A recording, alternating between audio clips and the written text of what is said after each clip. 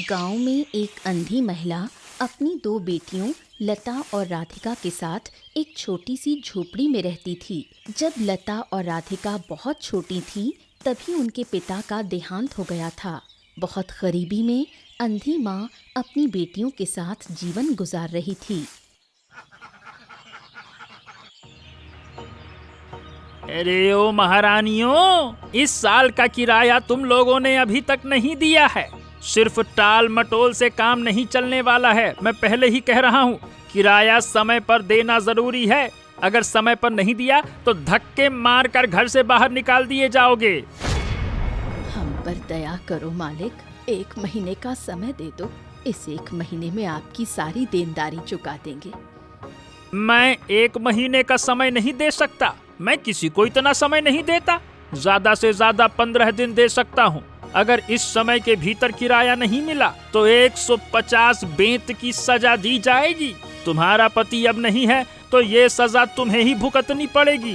पहले ही बता रहा हूँ मैं। अगर हम आपकी रकम चुकता नहीं कर सके तो बेंत की सजा हम दोनों बहनों को दीजिएगा। हमारी माँ अंधी है, बूढ़ी है, इतना दर्द सह नहीं पाएगी।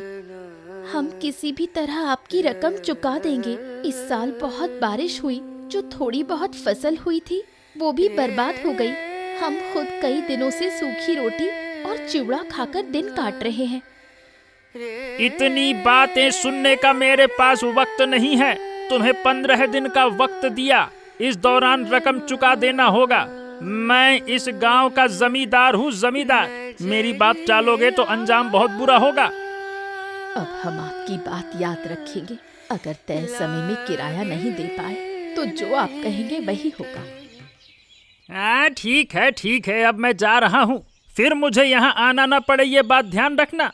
अगर दोबारा आना पड़ा तो इस गांव से घसीट कर बाहर निकाल दूंगा और साथ में 150 बेंत की सजा भी भुगतनी पड़ेगी। बड़े आए किराया नहीं देंगे।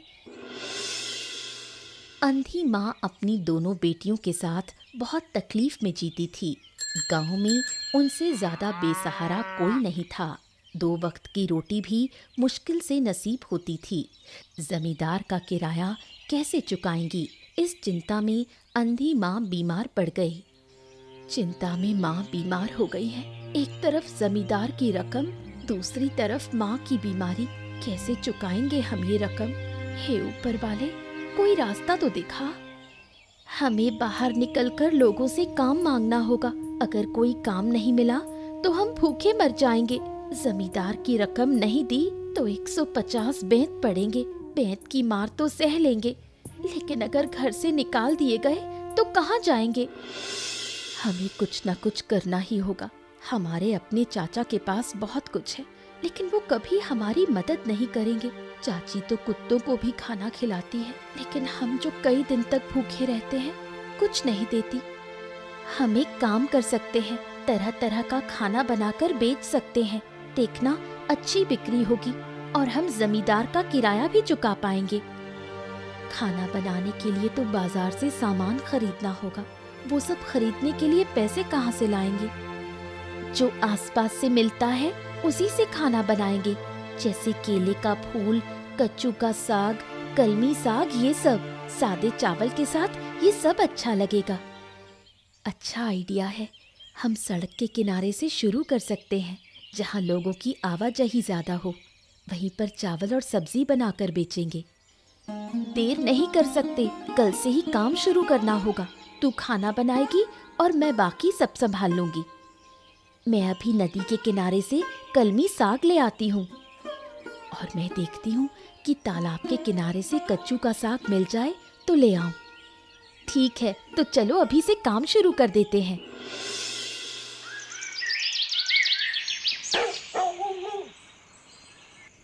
लता का चाचा परेश बहुत पैसे वाला इंसान है।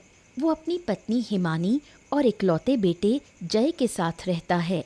जय को लेकर परेश और हिमानी के बीच हमेशा झगड़ा होता रहता है। ओहो, ये लड़का कभी नहीं सुधरेगा। पूरा दिन यहाँ वहाँ घूमता रहता है। तुम कुछ पता करती हो क्या करता है वो? लड़के पर इतना गुस्सा क्यों आता है तुम्हें? बच्चा है, इस उम्र में थोड़ा बहुत खेल कूद नहीं करेगा तो क्या करेगा? अरे खेलता नहीं है, शैतानी करता है, शैतानी। आज लता और राधिका जो सड़क किनारे खाना बेच रही थी, उनका पैसा चुरा लिया उसने। और सिर्फ पैसा ही नहीं चुराया, उनके बनाए खाने पर पैर से लात मारकर फेंक दिया। इन झूठी लड़कियों की बातों पर तुम भरोसा कर रहे हो? वो हमेशा हमारे बेटे से जलती हैं, जलन में झूठ बोलती हैं। बताओ भला, वहाँ पर बहुत सारे लोग थे, सबने मुझे बताया। इतने सारे लोग झूठ नहीं बोल सकते। समय रहते बेटे को संभालो, नहीं तो बाद में बता रहा हूँ बहुत पछताना पड़ेगा। ऐसा दिन आएगा जब रोने से भी कुछ हासिल नहीं होगा। हाँ। रात के इस समय तुम्हारी बकवास सुनने का मन नहीं है। कोई और बात नहीं कर सकते? मैं तुम्हारे भले के लिए कह रहा हूँ। मैं तो दिन भर घर पे नहीं रहता हूँ ना। बेटे की जिम्मेदारी तुम ही पर है। अगर बेटा बिगड़ता है तो सारी गलती तुम्हारी होगी। बच्चों को ज्यादा डांटने से वो बिगड़ जाते हैं। तो याद रखो, ये बेटा एक दिन हमें रुलाएगा। मैं अभी से कह रहा हूँ। हाँ। लता और राधिका सड़क के किनारे एक बड़े छाते के नीचे चावल और सब्जी बनाकर बेचती हैं। गरीब और मजदूर वर्ग के लोग उनसे खाना खरीदकर खाते हैं।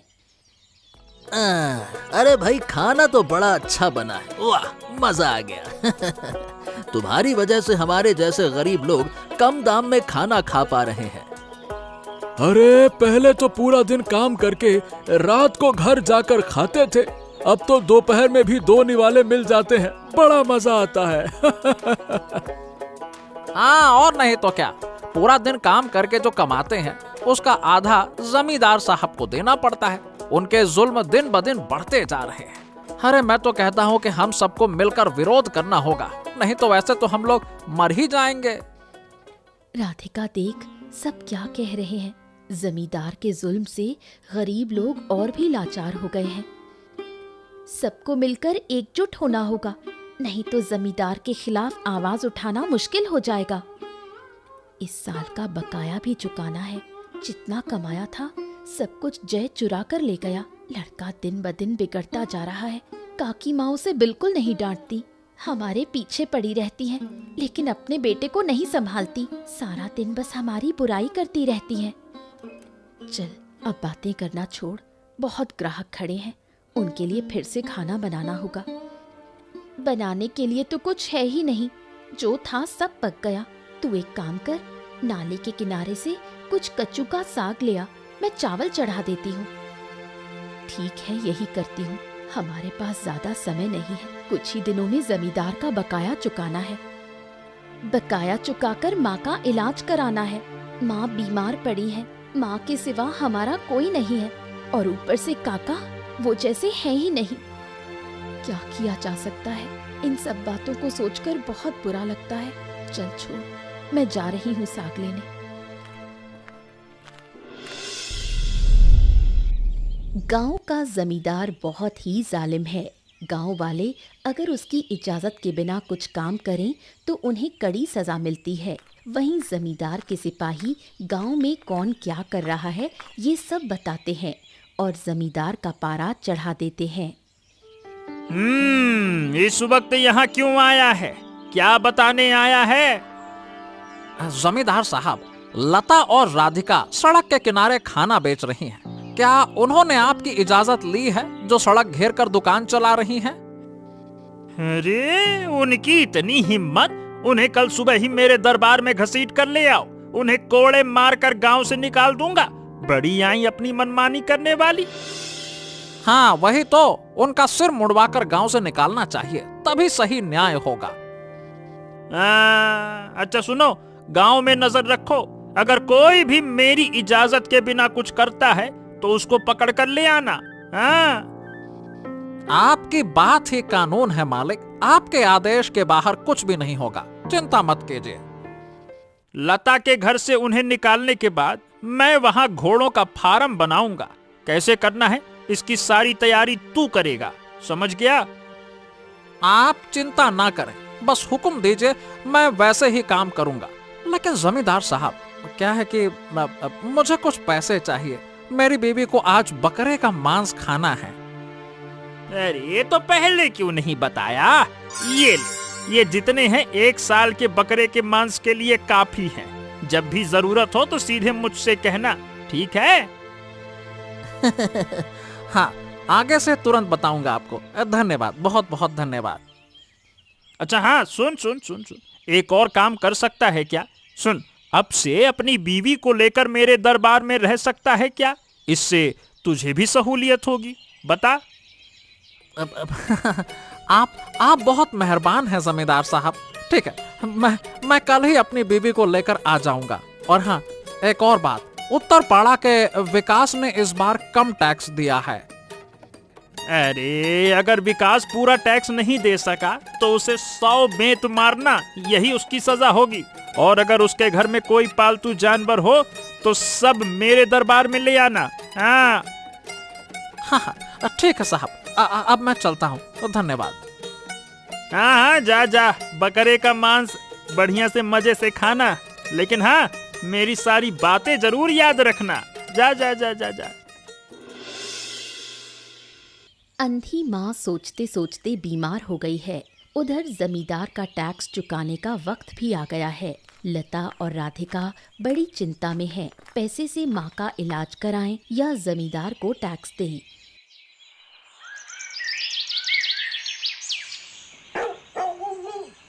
मेरे लिए बिल्कुल मत सोचो, जो होना है सो होगा। पहले जमींदार का बकाया चुकाना होगा। माँ, तुम्हारा इलाज पहले ज़रूरी है। इस साल हम शायद टैक्स ना दे सके। ये गलती मत करना बेटा, मेरी चिंता मत कर। माँ, तुम्हारी तबीयत बहुत ख़राब है, तुम ठीक से चल फिर भी नहीं पा रही हो, इलाज ज़रूरी है। हाँ, कल सुबह मैं कबीराज काका को बुला लाऊंगी। पहले माँ को ठीक करना होगा। उधर जमींदार का टैक्स देने का समय भी आ गया है। अगर जय पैसे ना चुराता तो हमें इतनी चिंता नहीं होती। जो कुछ भी हमारे पास है उससे माँ का इलाज कराना जरूरी है। हमें अपनी बिक्री बढ़ानी होगी। देखना, कुछ ही दिनों में पैसे जुट जाएंगे। देख बेटा, मेरी उम्र हो गई है, कितने दिन और जीऊंगी। मेरी चिंता मत करो। मैं तो ऐसी बदनसीब माँ हूँ, न देख सकती हूँ न कोई काम कर सकती हूँ। अब बीमार भी पड़ी हूँ। माँ, ऐसा मत कहो, तुम्हारे सिवा हमारा कौन है। कभी कभी लगता है जैसे मैं तुम लोगों पर बोझ बन गई हूँ। अगर अंधी ना होती तो तुम्हारे साथ काम कर पाती। हमारे लिए इतनी चिंता मत करो। मैं तुम्हारी माँ हूँ, चिंता ना करूँ तो कौन करेगा। राधिका, तू यहाँ रह, मैं माँ के लिए थोड़ा चावल लेकर आती हूँ। उन्होंने आज कुछ नहीं खाया, बिना खाए कैसे ठीक होंगी। मेरा कुछ भी खाने का मन नहीं है। खाना तो खाना पड़ेगा माँ, तू जा खाना ले आ। अच्छा, जा रही हूँ।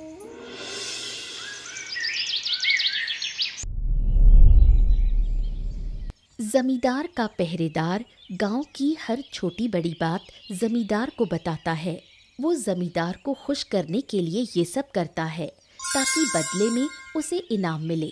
इस बीच लता और राधिका को पकड़कर जमींदार के दरबार में लाया गया। हमें यहाँ क्यों बुलाया गया? कर देने का तो अभी समय है। हमारा कसूर क्या है? समझ नहीं आ रहा कि क्यों बुलाया गया है। ये बताओ, सड़क के किनारे जो खाना बेचती हो उसकी इजाजत जमींदार से ली है क्या? हमने तो जमीन पर कब्जा नहीं किया, हम वही खाना बेचते हैं। अगर हम कुछ ना करें तो कर कहाँ से देंगे? तो भाई सीधी बात ये है कि अब तुम दोनों सड़क के किनारे कुछ नहीं बेच सकती। मेरी इजाजत के बिना जो तुमने किया है ना, उसके लिए तुम्हें गांव छोड़ना होगा। हाँ, आपका ये अन्याय हम नहीं मान सकते।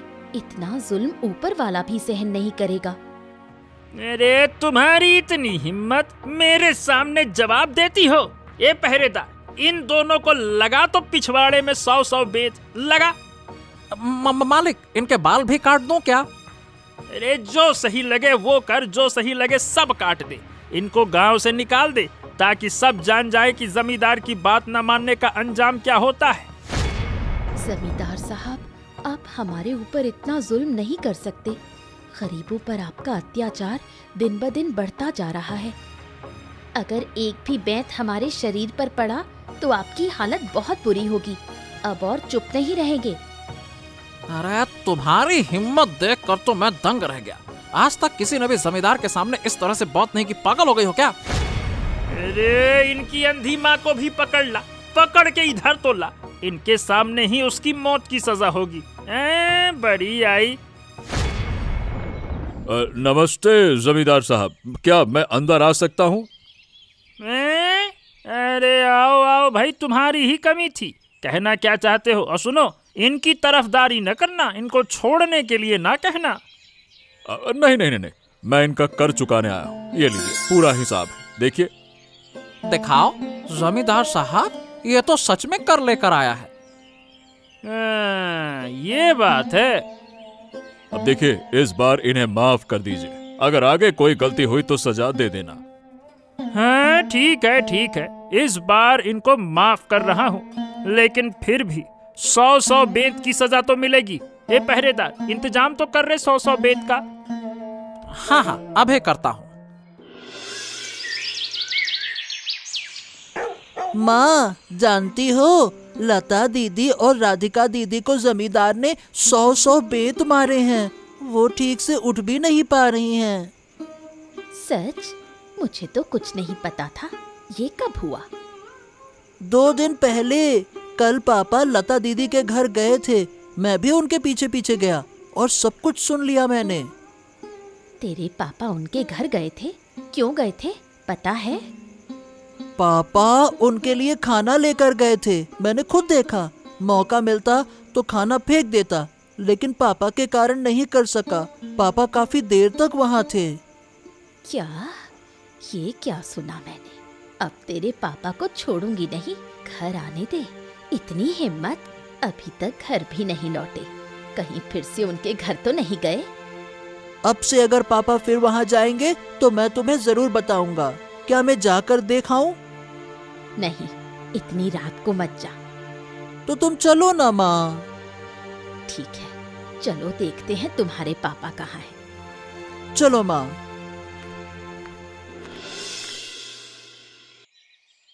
जमींदार गरीबों पर अत्याचार करता है और उनकी मेहनत की कमाई से लगान लेकर ऐश करता है।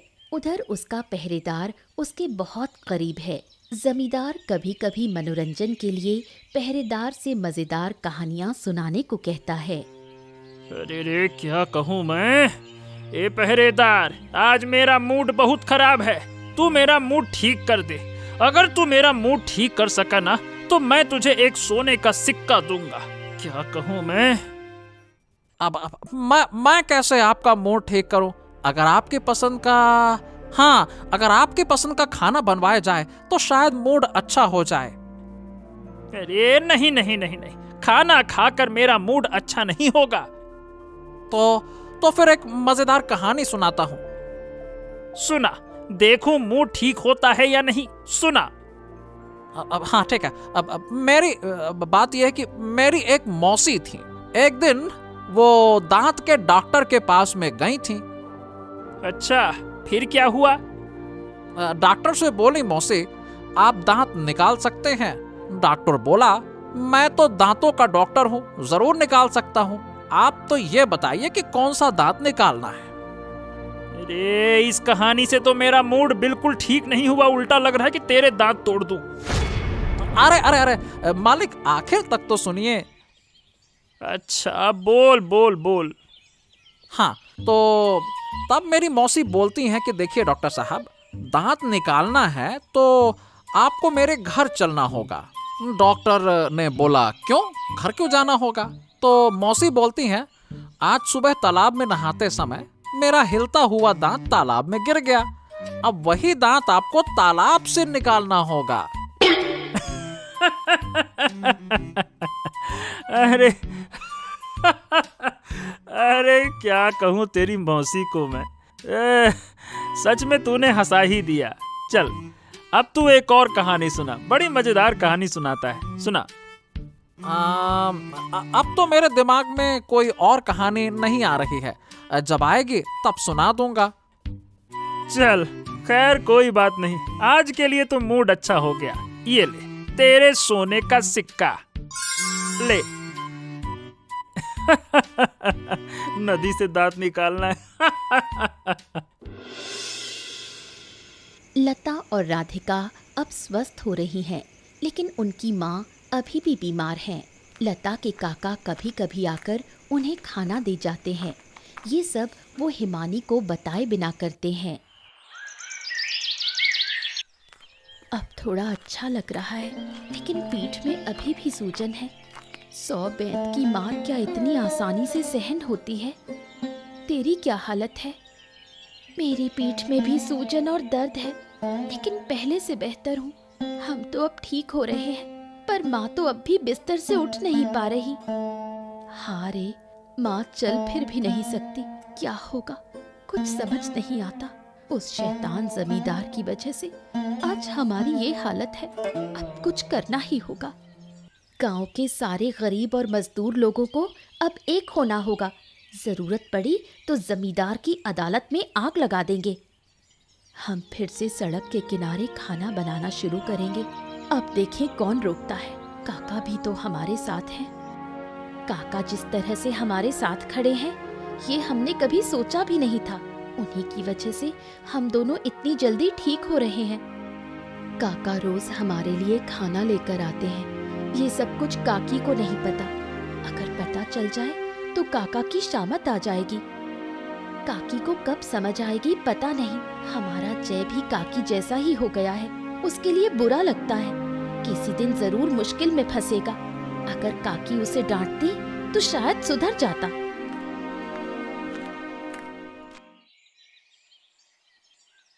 अब तुम्हारे लिए खाना लाया हूँ। ये खाना तुम्हारा पूरा दिन चला देगा। कल फिर से आकर खाना दे जाऊंगा, ठीक है? आप और कितना करेंगे हमारे लिए? ओहो, अगर मैं नहीं करूंगा तो कौन करेगा? तुम्हारी देखभाल करना मेरा ही तो फर्ज है ना। इतने दिन में मैं कुछ नहीं कर पाया, लेकिन अब मैं हमेशा तुम्हारे साथ हूँ। काका, अब जमींदार का अत्याचार बर्दाश्त नहीं होता। गांव के सब लोगों को मिलकर कुछ करना होगा। आज रात गांव के लोगों से बात करूंगा, फिर सब मिलकर योजना बनाएंगे कि क्या करना है। तब तो बहुत अच्छा होगा।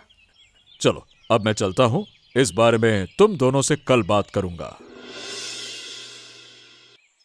हिमानी परेश से बहुत नाराज है। उसे सब समझ आ गया था कि परेश लता और राधिका की मदद कर रहा है। उसे ये सारी खबर जय देता था। उधर जय की बदमाशी भी दिन ब दिन बढ़ती जा रही है। जय उस दिन शाम को गया था, अभी तक लौटा नहीं। कहाँ गया है ये लड़का? उसके पिता भी कहीं दिखाई नहीं दे रहे। अगर उन्होंने देखा कि लड़का घर पर नहीं है तो बहुत डांटेंगे। अरे सुनो, बहुत बड़ा संकट आ गया है। अपना जय जमींदार के तालाब से मछली चुराते हुए पकड़ा गया। जमींदार उसे बिल्कुल बर्बाद कर देगा। मैंने तुम्हें बार बार समझाया था, लेकिन तुमने मेरी बात नहीं मानी तो नहीं मानी। अब क्या होगा? वो लोग मेरे बेटे को मार डालेंगे। तुम मेरे बेटे को बचाओ।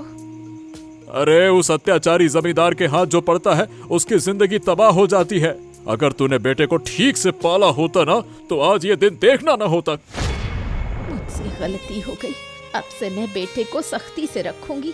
किसी भी तरह हमारे बेटे को वापस लाओ। कितना समझाया तुझे, लेकिन तेरे अकल पर पत्थर पड़ी हुई है जैसे। मुझे कुछ नहीं पता। मुझे बस मेरा बेटा चाहिए। चाहे जान चली जाए, हमें हमारा बेटा चाहिए। अरे इन सब का कारण तू है, तू। अगर लड़के को कुछ हो गया ना, मैं बता रहा हूँ कि मैं तुझे कभी माफ नहीं करूंगा। इस रात में मेरे बच्चे को जमींदार ने कहाँ रखा है, कोई नहीं जानता। चलो अभी जमींदार के दरबार में चलते हैं। अरे जाकर कोई फायदा नहीं। फिर भी चलो, कोशिश तो करना ही है। अपना बेटा है, उसके पैर पकड़ेंगे, गिड़गिड़ाएंगे। चलो। हम दोनों जमींदार के पैरों में गिरेंगे, शायद उसे थोड़ा रहम आ जाए। जमींदार के अत्याचार से गांव वाले बहुत ही परेशान हैं। गरीब लोग खून पसीना एक करके भी जमींदार का लगान नहीं चुका पा रहे हैं। इतना अत्याचार सहना अब नामुमकिन हो गया है।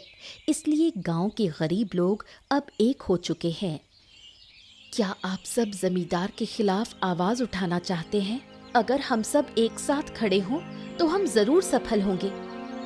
हाँ हाँ भाई, आज हम सब साथ हैं। आज रात ही जमींदार के दरबार चलेंगे। आज रात नहीं, कल सुबह चलेंगे। आज रात के अंदर और गांव वालों को एक करना होगा। जमींदार के कारण हम अपनी मर्जी से कुछ नहीं कर सकते। उसके साथ जो रक्षक हैं वो और भी खतरनाक है। वो गांव वालों की बातें जमींदार के कानों में डालता है। हमें पहले उसी को पकड़ना होगा। अरे तुम लोगों ने यहाँ फिर से खाना बेचना शुरू कर दिया। इतनी हिम्मत कहाँ से आई? अभी जमींदार के दरबार ले चलूंगा। 100 बेत की मार भूल गए क्या? अब तो 200 बेत की मार पड़ेगी। अब इस गांव में किसी को एक भी चोट नहीं लगने देंगे। अब हम सब एक हैं। गरीबों पर अब और जुल्म नहीं सहेंगे। आप लोग इस रक्षक को पकड़कर बांध दो। ऐसी सजा दो कि फिर कभी किसी पर जुल्म करने की हिम्मत ना हो। ठीक है, हम इसे पकड़ते हैं। ये तो बहुत बड़ा शैतान है। बता, मेरे भाई जय को कहाँ रखा है? अगर उसे कुछ हुआ तो तेरा पूरा परिवार जला देंगे। देखो उसे जमींदार ने एक अंधेरे कमरे में बंद कर रखा है। अगर आज रात उसे नहीं निकाला गया तो वो जिंदा नहीं बचेगा। उस कमरे की चाबी कहाँ है? जल्दी बता। राजा के कमरे, मतलब जमींदार के कमरे में अलमारी के अंदर है। आज रात किसी भी तरह चाबी लेकर जय को बचाना होगा और इस रक्षक को आप लोग बंदी बनाकर रखो। तो सब तैयार रहो। हिमानी अपने बेटे के दुख में बीमार पड़ गई है। उसकी आंखों में नींद नहीं है, खाने में मन नहीं है, बस बेटे की चिंता। लगता है मेरा बेटा वापस नहीं आएगा। अगर बेटे को कुछ हो गया तो हमारे जीने का क्या मतलब रह जाएगा? मैं तो खत्म हो गई। सीना फट रहा है। जय बाबा, तू कितनी तकलीफ में होगा। पता नहीं जमींदार ने तुझे जिंदा रखा है या नहीं। अगर तू मेरी गोद में वापस नहीं आया तो मैं खुद को खत्म कर दूंगी। हाँ? अरे मेरा बेटा आ गया। बेटा तू आ गया।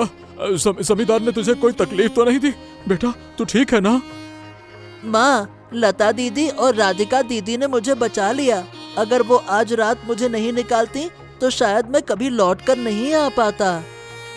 तुम दोनों को मैं माफ नहीं कर सकती थी, लेकिन अब धन्यवाद देती हूँ कि मेरे बेटे को वापस ले आई। जय बेटा, अब कभी कोई गलत काम मत करना। हाँ, अब मैं कभी बुरा काम नहीं करूँगा। मैं दीदियों के साथ काम करूँगा। पापा, आप जो कहेंगे मैं वही करूँगा। अरे बेटा, मैंने तुझे कितनी बार समझाया, तू मेरी बात नहीं मानता था। देखा ना मानने का क्या नतीजा होता है। काका, हम जय को वापस पा सके ये हमारी किस्मत है। अब जय हमारी बात मानेगा। कल सुबह गांव के सारे लोग जमींदार के दरबार को घेर लेंगे।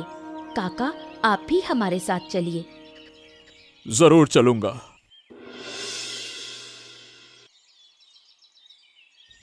गांव के सारे बेसहारा लोग एक हो गए हैं। जमींदार को आम इंसान की तरह बना देना ही गांव वालों का मकसद है। अरे कल से सैनिकों का कोई पता नहीं कहाँ चले गए। उत्तरपाड़ा का लगान अब तक वसूला नहीं गया। सैनिक तो मुझे छोड़कर कभी इतना समय तक कहीं नहीं रहते। क्या मुझे खुद ही बाहर जाकर देखना होगा?